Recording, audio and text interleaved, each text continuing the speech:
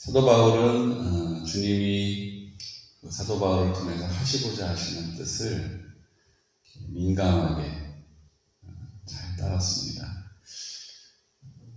본인을 아끼는 사람들이 만류하는 자리에서도 나는 주님을 위해 죽기를 각오했다. 어차피 이 목숨 한 번 살다 가는 목숨인데 주님을 위해서 살겠다. 이렇게 주님을 위해서 결정하는 믿음의 사람이었죠. 그래서 우리는 그 사도 바울이 우리랑은 좀 다른 사람이다 이렇게 생각을 하게 됩니다. 좀 다르기도 하죠. 오죽하면 성경에 이렇게 나오셨겠어요. 그런데 그 사도 바울의 행적을 이렇게 거슬러 보면 아주 우리가 범접할 수 없는 아주 특별한 사람은 아니었다는 생각이 들어요. 왜냐하면 바나바하고 결별할 때도 나는 아니면 아닌 거야 이거 지키느라고 나름의 그 강직함, 나름의 그 성질을 못 꺾어가지고 결국 바나바하고 결별하지 않습니까? 우리도 그런 모습이 있죠. 또 두려워하는 모습이 있어요. 언제나 주님이 나와 함께 하시니까 나는 두렵지 않네. 늘 담대하고 이럴 것 같은데 성경에 보면 의외로 사도 바울에게 두려워하지 말아라 이렇게 말씀하시는 음성이 자주 들립니다. 두려워하니까 두려워하지 말라라고 얘기하신 거잖아요. 그렇죠? 우리도 두려움이 많은 것처럼 사도 바울도 주님의 일을 막 힘있게 1차, 2차, 3차 전도 여행을 가고 이적과 표적을 막 나타내는 그 중심에 있었지만 두려워하는 사람이었다는 것을 볼 수 있어요. 오늘 그날 밤에 이제 매 맞고 또 복음을 또 그렇게 잘 선포했는데 이방인들에게 나를 보냈다 이 말 끝나자마자 나 저 말 듣지 않기로 결정했어 이러면서 더 이상 입을 열지 못하게 해. 그리고 대제사장이 저 입을 그냥 쳐가지고 더 이상 저 입 뻐끔 못하게 하라고 이런 계속 이게 좀 끝나지를 않고 좀 괜찮아질만 하면 또 다른 국면으로 어려움을 당하고 있습니다. 어떤 일에 있어서요? 복음을 선포하는 일에 있어서 우리로 치면 뭐예요? 하나님의 나라를 선포하는 일에 있어서 이랬다는 거죠. 하나님의 나라를 선포하는 일은 어제 우리가 함께 나눈 것처럼 오늘 하루 내가 이렇게 계획한 일들을 좀 구체적으로 하나님께 아뢰는 일에 있다라고 저는 믿습니다. 어제 하루 전체 일과를 하나님 앞에 기도하셨죠? 네. 어떠셨어요? 그렇게 기도한 날과 그렇게 기도하지 않은 날의 차이를 좀 느끼셨어요? 저는 느꼈어요.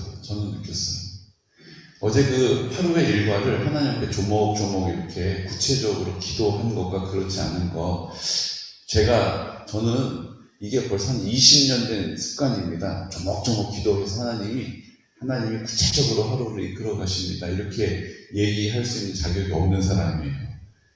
저도 어제 말씀을 전할 때 그런 감동을 주셔서 제가 하고 있어서 선포한 게 아니라 저도 해야겠다라는 마음을 가지고 선포한 거거든요. 어제 저는 그렇게 선포하고 나서 하나님이 정말 그 시간을 책임져 주신다는 것을 너무 이렇게 피부로 느끼는 하루를 보냈어요. 성도님들은 어떠셨어요? 분명히 목사님 하자고 하시니까 내가 해야겠다. 그리고 내가 하던 방식이 아닌 좀 낯설지만 그대로 하루 일과 일어날 일들, 오늘 계획한 일들을 하나님께 조목조목 구체적으로 차근차근 기도한 분은 분명히 어제 하나님이 그 시간을 책임져 주신다는 것을 피부로 느꼈다라고 저는 믿습니다. 이게 자꾸 쌓이는 거예요. 오늘 하루도 또 그렇게 기도하는 거죠. 오늘 하루도 이제 계획한 일들을 하나님 앞에 구체적으로 하나님을 신뢰하는 믿음을 가지고 이 일을 통하여 하나님의 나라가 확증되고 확인되고 선포되어지는 자리를 놓고 기도하는 거예요.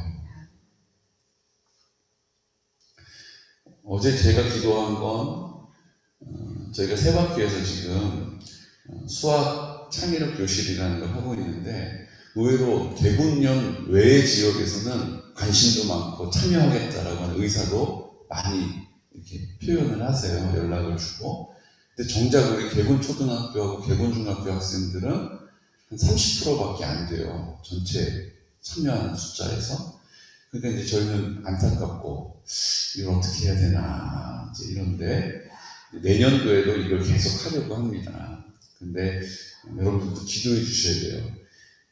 이 재원이 필요하잖아요. 숭실대에서 교수님들도 오시고 강사님들도 오시니까 이 수학 창의력 교실이라는 걸 이제 우리 아이들에게 그냥 이렇게 연산하고 대학 가려고 준비하는 수학 말고 이 수학을 통해서 우리 모든 그 일상에는 다 수학이 거기에 들어있는 거예요. 이제 뭐 물건을 만들 때도 다 수학이 들어있고, 뭐 심지어는 우리가 차를 타고 운전해서 가면 길을 이렇게 여기서 쭉 가다가 고속도로 타려고 그러면 삥 돌아가지고 이렇게 올라타잖아요. 그럼 그 삥 돌아가는 거를 차가 막 달리고 있으니까 어느 각도로 이렇게 돌아가는 것이 제일 안전할까? 이거 누가 알 수 있어요? 수학을 통해서 알게 되는 거예요. 수학의 공식을 통해서 그 돌아가는 각도를 정하는 거예요. 모든 도로는 똑같습니다. 그 각도로 돌아가는 게 제일 안전하기 때문이거든요. 이게 수학이 없었으면 그것도 알 수가 있어요, 없어요? 없는 거예요. 그냥 사람이 눈대중으로 이렇게 이만큼 돌려 이렇게 되는 건데 이게 수학적인 원리를 따라서 그 속도가 몇 킬로면 어느 정도 각도로 그래서 속도가 좀 낮으면 조금 더 좁게 돌아도 된다. 이게 다 있는 거예요. 그러니까 우리의 일상에 수학이 깊이 자리 잡고 있습니다. 그러니까 이 수학을 하는 것이 단순히 문제 잘 풀고 답을 얻어내는 게 아니고요. 우리 일상의 그 모든 원리들이 다 그 수학 안에, 그 사고력 안에, 창의력 안에 다 들어있는 거예요.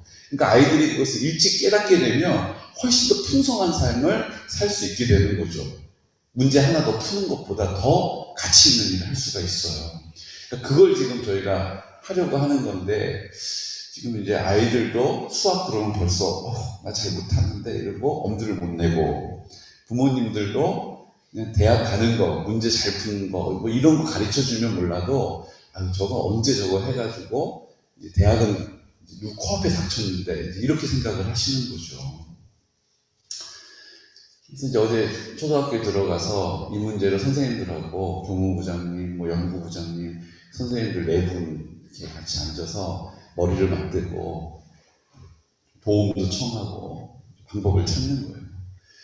근데 학교 입장에서는 지금 코로나다 보니까 이것도 또 하나의 일이 되는 거고 또 뭘 협조하려고 그러면 또 이렇게 번거롭잖아요. 그러니까 이게 될까 싶기도 하고 이랬는데 어제 가서 입을 열어 말하는 것마다 선생님들이 더 의견을 주시면서 이것보다 이게 더 좋겠다고 그러면서 아예 이제 수업에 들어와서 이거를 해달라고 모든 일이 부탁하는 것마다 교장 선생님한테 바로 가서 보고하고 착착착착착 해가지고 어제 이제 1년 내내 아이들이 학교 수업 시간에 이것을 배울 수 있게 됐습니다. 지금은 그냥 우리가 개인적으로 접수를 받아서 했는데 이제는 학교 수업 시간에 가서 공식적으로 수업을 하게 됐어요. 얼마나 감사합니까? 그러니까 어제 저희 운영위원장이 같이 갔다가 목사님 오늘 아주 우리 운영위원장 똑똑한 사람이거든요. 그리고 냉철해요. 그래서 이렇게 막 기분파도 아니고요. 아주 이렇게 정확하고 그게 딱 준비가 되고 그게 확인이 돼야 그 다음 일을 하고 꼼꼼하고 이런 분이거든요. 근데 어제 그런 얘기 하는 거예요. 목사님 오늘 150% 성과가 난 거 없죠? 이렇게 얘기하는 거예요. 너무 감사하죠. 이제 오늘 또 중학교 만나러 갑니다. 중학교는 2명이 신청해가지고 학생들 아무리 우리가 가정통신문 보내고 뭐 이래도 학생들 2명밖에 안 했어요. 그 중에 한 명이 우리 현준이고 결국은 한 명밖에 지원을 안 했어요. 이게 지금 현실인데 하나님이 이걸 어떻게 열어가실지 모르겠어요. 우리가 그 학생들에게 사랑으로 손 내미는 일들을 예수 그리스도의 이름으로 기도하면서 주님께 맡기고 있는 것입니다. 여러분들 기도해 주셔서 오늘 하루도 하나님 성령께서 어떻게 역사하셔서 우리가 사랑으로 손 내미는 자리에 학생들을 만날 수 있기를 원합니다. 그래서 이제 그 보조교사를 안정상 목사님을 보조교사로 넣어서 그거는 또 그 강사 밑에 나와요. 그래서 우리 아이들하고 이제 만나가지고 이제 아이들하고 더 가까워지고 친해지고 이렇게 이제 복음을 전하고 교회로 이끌어오는 데에 하나님이 우리를 사용하시기를 원합니다. 구체적으로 하나님께 맡기는 자리에 하나님이 그 증거를 우리에게 나타내실 줄로 믿으시기 바랍니다. 지금 사도 바울이 갇혀있고 사도 바울이 어려움을 당해가지고 실망하고 낙심하고 지쳐있을 수밖에 없을 때 주님이 어떻게 하세요? 11절에 그날 밤에 너무 힘들다, 억울하다, 답답하다, 이렇게 내 스스로를 보면서 탄식할 수밖에 없는 그날 밤에 주께서 바울 곁에 서서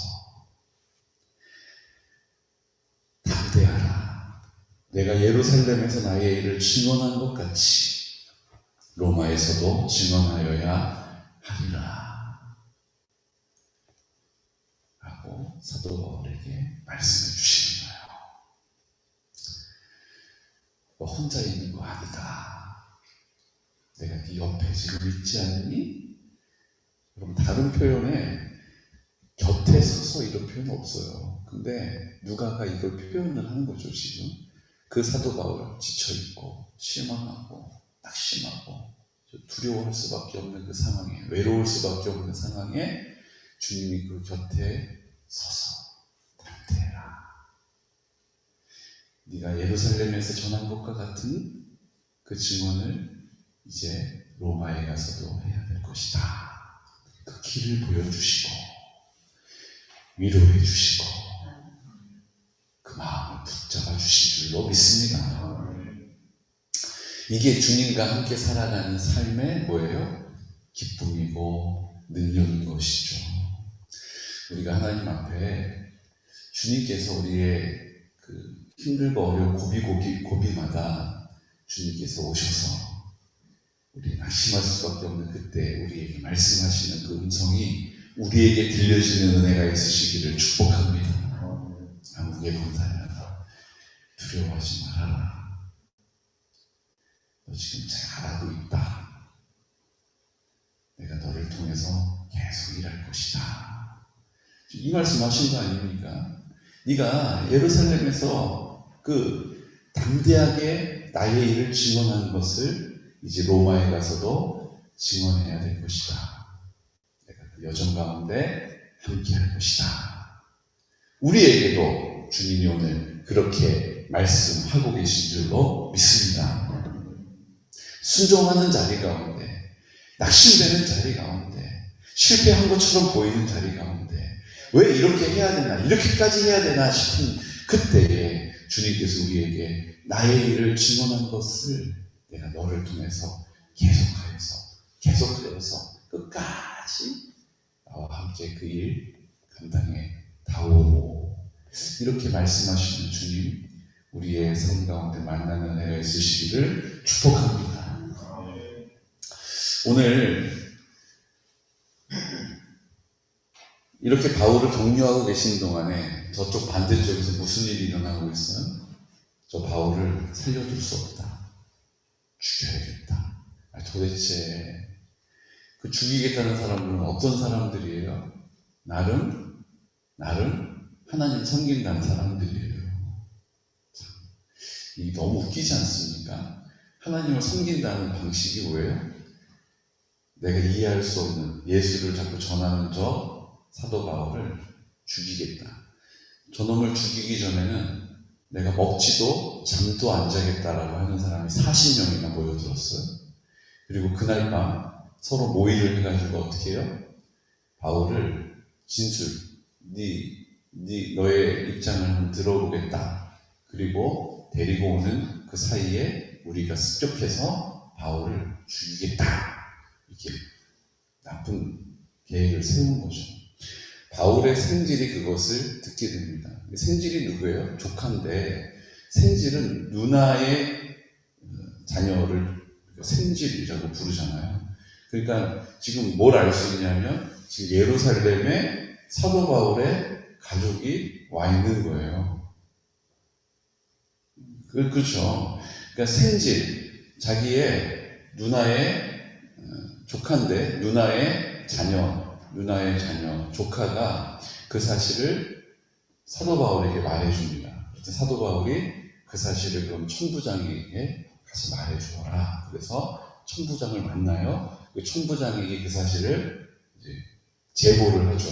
그래서 천부장이 그것을 듣고 어떻게 합니까? 그날 밤에 군인들을 무장시켜서 보병, 기병, 이렇게 천병을 무장시켜가지고 가이사랴 항구도시죠. 그 항구도시까지 호송을 시킵니다. 호송을 시켜요. 바울을 하나님이 지켜주시는 거죠. 바울을 하나님이 책임져 주시는 것이죠. 주님이 우리를 동일하게 책임져 주시는 줄로 믿습니다. 그 어둠의 세력들도, 흑암의 영들도 우리를 계속 넘어뜨리려고 계획하고 모의하고 작전을 짜지만, 주님은 주님의 방법으로도 우리를 계속해서 지켜주고 계시는 거예요. 우리가 그 주님을 바라보시기를 축복합니다. 그러니까 우리 시선이 중요해요. 우리 시선이 주님을 떠나서 상황을 보면 자꾸 일이 꼬이는 것 같고, 자꾸 더 억울해지는 것 같고, 더 답답해지는 것 같고, 이러다 망할 것 같고, 막 이렇거든요. 또 그런 소리가 막 또 들리고, 들으면서 보면 더 그렇게 보이고, 이게 지금 우리가 이 땅에 시선을 두면 안 되는 이유예요. 근데 이제 주님께 시선을 두면 어떻게 됩니까? 주님이 내가 알지 못하는 곳에서 준비시키시고, 사람을 세우시고, 그 일들을 이루어 가시는 것이 보이기 시작하는 거죠. 그 사실이 들리기 시작하는 거예요. 바울, 준비해라. 너 지금 오늘 밤에 가이사랴로 간다. 오늘 밤에? 주님, 우리 조카가 가서 이야기한 것 때문에 제가 이렇게 이곳에서 이승이 되는군요. 저 많은 사람들, 저 많은 군인들이 나를 위해서 이 밤에 나를 호송하는군요. 내 보디가드들이군요. 주님 감사합니다. 바울이 이렇게 생각하지 않았겠어요? 그러니까 주님을 바라보니까 주님이 나를 위하여 하시는 일들이 보이고, 그것이 들려지고, 그것이 나에게 감사와 기쁨이 되는 것입니다. 우리의 시선을 어디에 두시겠습니까? 우리의 시선을 주님께 둘 때에, 믿음의 눈으로 주님을 바라볼 때에, 그 입을 열어서 예수 그리스도의 이름 앞에 나갈 때에 하나님께서 나를 통하여 하시고자 하시는 그 뜻, 이 땅에 하나님의 나라 되게 하심을 반드시 나타내실 것입니다.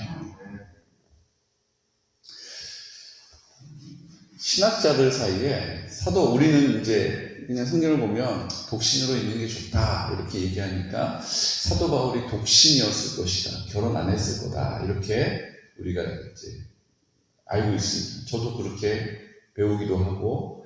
근데 요즘 이제 신학적인 추세를 보면 6대4 정도, 이제 사도 바울을 바울 신학을 많이 연구하시는 분들의 이제 이야기들을 이렇게 들어보면, 한 경향상 6대4 정도로 사도 바울이 결혼을 했다라고 하는 입장이 더 많아요.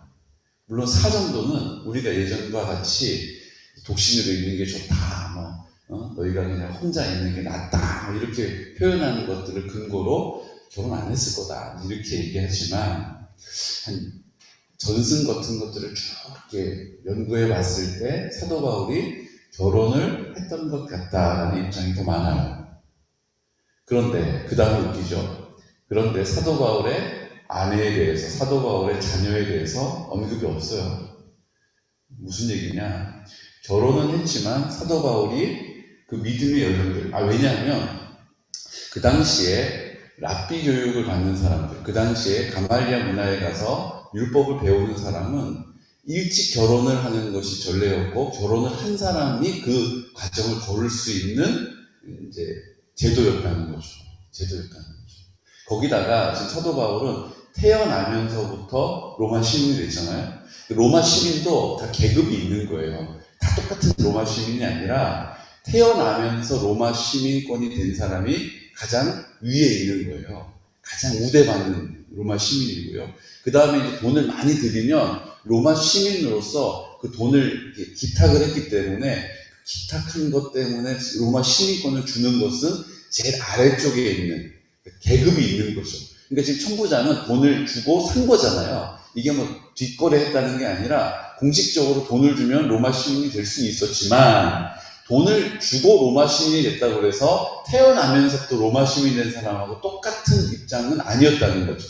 그러니까 지금 이 태어나면서부터 로마 시민이 된 바울은 특별한 우대를 받아야 됐고 돈 주고 산 로마 시민이 된 천부장은 그것을 잘 하지 못하면 징계를 받는 입장인 거예요. 이해가 되시죠?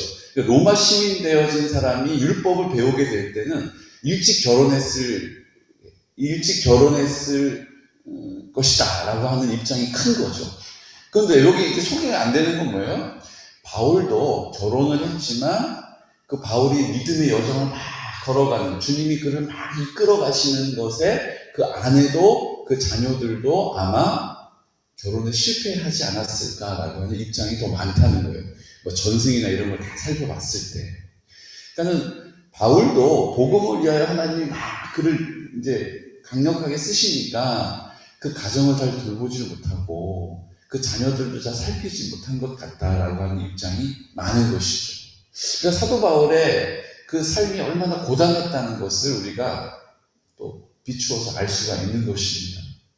그런데 주님은 어떻게 하세요? 그런 사도 바울을 계속해서 지키시고 돌보시고 격려하시고 붙잡아 주시고 이끌어 주시는 줄로 믿으시기 바랍니다. 그러니까 우리 인생도 하나님께서 바울이 걸어갔던 그 삶의 여정과 같이 어떻게 보면 고단해 보이고 어떻게 보면 이제 그만 좀 하면 좋겠는데 이렇게까지 해야 되나 싶은 정도까지도 하나님께서 우리를 이끌어 가실 수 있다는 거라고 저는 생각해요.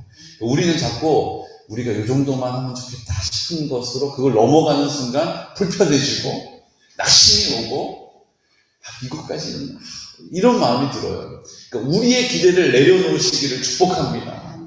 그냥 우리를 기대하는 거 그냥 거절하시고 있는 그대로 주님께 우리의 마음을 드리시고 주님이 그렇게 하시면 주님이 하시니까 제가 따르겠습니다. 주님이 그렇게 멈추라 하시면 저 더 가고 싶지만 그냥 편안하게 그만 가겠습니다.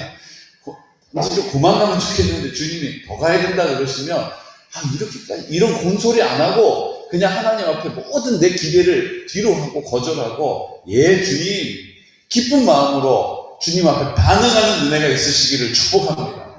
코로나인데 이 상황에서 이거 거절하자는 거예요. 그냥 주님 알겠습니다. 주님 원하시는 일이니까 제가 기쁜 마음으로 그 길을 가겠습니다. 힘들어 보이지만 그것도 제가 거절하겠습니다. 원망을 제가 거절하겠습니다. 제가 불평을 거절하겠습니다. 제가 제 고집을 거절하겠습니다. 주님이 원하시는 길 가겠습니다라고 늘 입술을 열어서 우리의 하루의 일과 일정, 그 계획들을 주님께 온전히 맡겨드릴 수 있는 믿음의 고백이 있으시기를 예수 그리스도 이름으로 축복합니다. 오늘 하루도 우리가 기도할 텐데 이제 하나님께서 오늘 좀 구체적으로 하나님 앞에 어제보다 더 구체적으로 기도하기를 원합니다. 주님 오늘 하루 이런 계획을 제가 가지고 있습니다. 이런 일을 처리해야 합니다. 이런 만남이 있습니다. 주님 제 기대는 이런 것인데 제 기대보다 주님의 계획하심을 보게 하여 주십시오라고 우리 하나님 아버지 앞에 오늘 이 시간 그러므로 우리가 또 하루를 계획 없이 사는 것이 아니라 주님의 이름으로 계획하면서 오늘 하루도 그 주님의 손길을 주님의 인도하심을 경험하게 해달라고 이 시간 우리에게 허락하신 공동체를 위해서 우리에게 맡겨주신 성결한 다음 세대를 위해서 우리 어르신들 복음으로 잘 전하는 일들 주님이 시작하게 하셨사오니 주님이 앞서 행하여 주시옵소서.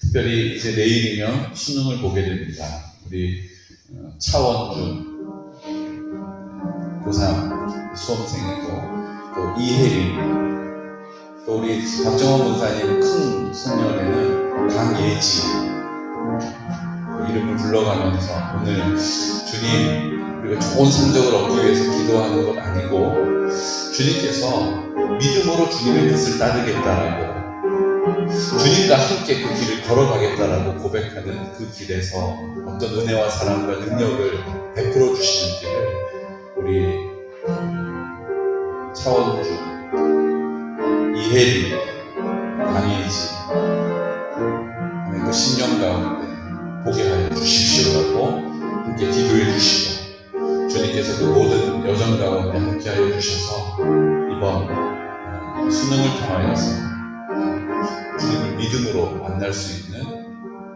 그 두려움 가운데 담대하게 하시는 주님, 지혜를 주시는 주님을 체험적으로 피부로 경험할 수 있도록 도와드리고 이 시간 나사렛 예수 그리스도 이름으로 선포하면서 기도드리겠습니다. 주여 주여 주여.